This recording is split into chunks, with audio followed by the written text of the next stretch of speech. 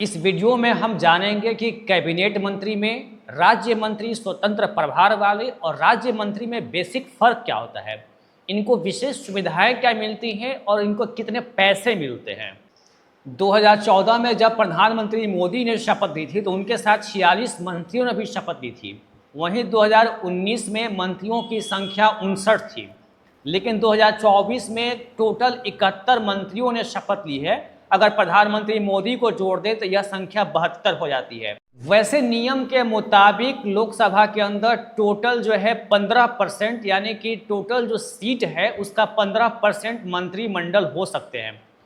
उसके मुताबिक देखा जाए तो टोटल 81 की संख्या बनती है। अभी मोदी की मंत्रिमंडल में टोटल 72 मंत्री होते हैं प्रधानमंत्री को लेकर। अभी भी 9 की गुंजाइश है, हो सकता है भविष्य में विस्तार करना हो तो विस्तार हो सकता है। मैक्सिमम 81 मंत्री जो है शपथ ले सकते हैं। प्रधानमंत्री मोदी की जो तीसरी सरकार है जिसे मोदी 3.0 कहा जा रहा है, अगर इसमें टोटल मंत्रियों की बात करें तो 71 मंत्रियों ने शपथ ली, जिसमें से 30 कैबिनेट मंत्री हैं, 5 स्वतंत्र प्रभार वाले राज्य मंत्री हैं, तो वहीं 36 राज्य मंत्रियों ने भी शपथ ली है। हम जानेंगे कि इन तीनों मंत्रियों में बेसिक क्या फ़र्क है। सीधे शब्दों में कहा जाए तो मंत्रिमंडल में प्रधानमंत्री के बाद अगर किसी की अहमियत है तो वो कैबिनेट मंत्री का होता है।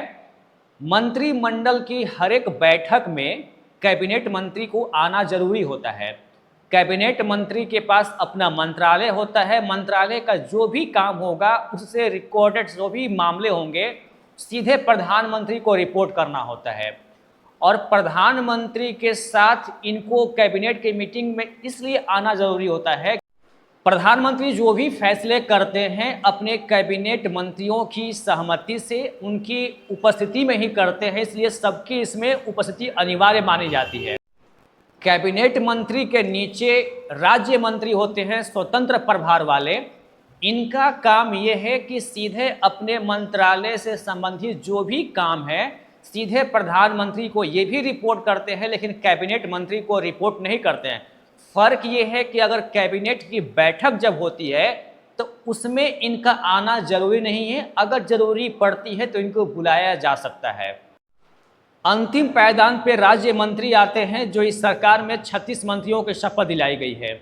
इन्हें कैबिनेट मंत्री और राज्य मंत्री स्वतंत्र प्रभार की तरफ प्रधानमंत्री को रिपोर्ट नहीं करना होता है, बल्कि ये अपने काम का सारा ब्यौरा रिपोर्ट जो है कैबिनेट मंत्री को देते हैं। कैबिनेट की बैठक में इन्हें भी उपस्थित होना अनिवार्य नहीं है। ये बस कैबिनेट मंत्री की सहायता के लिए बनाए जाते हैं कि जिस मंत्रालय का जिम्मेदारी इन्हें सौंपी गई है उसका कैबिनेट मंत्री अगर उपस्थित नहीं है तो उसकी गैर मौजूदगी में उसका सारा काम जो है ये संभालेंगे, सारी जिम्मेदारी ये निभाएंगे। अब बात असली मुद्दे की, जिसको जानने की इच्छा हम सबकी होती है कि ये सांसदों की जो सैलरी होती है उससे क्या अलग सैलरी मिलती है मंत्रियों की? तो बिल्कुल मिलती है। आपको बता दूं कि जो एक सांसद होता है उसकी बेसिक सैलरी जो है 1 लाख बनती है, लेकिन किसी मंत्रालय की जिम्मेदारी मिलते ही, यानी कि अगर आपको मंत्री बना दिया गया तो आपको कुछ विशेष भत्ते मिलते हैं, सुविधाएं मिलती हैं, तो उसको जोड़कर टोटल जो पैसे होते हैं वो बढ़ जाते हैं। अगर प्रधानमंत्री को मिलने वाले कुल पैसे की बात की जाए तो वह लगभग 2,33,000 के आसपास पहुंच जाती है। कैबिनेट मंत्री को लगभग 2,32,000 रुपये मिलते हैं। वहीं राज्य मंत्री जो स्वतंत्र प्रभार वाले हैं उनको जो है बेसिक सैलरी और सारे भत्ते मिलाकर जो टोटल पैसे बनते हैं 2,31,000। वहीं जिन्हें राज्य मंत्री बनाया जाता है उनके टोटल जो पैसे बनते हैं 2,30,000 बनते हैं।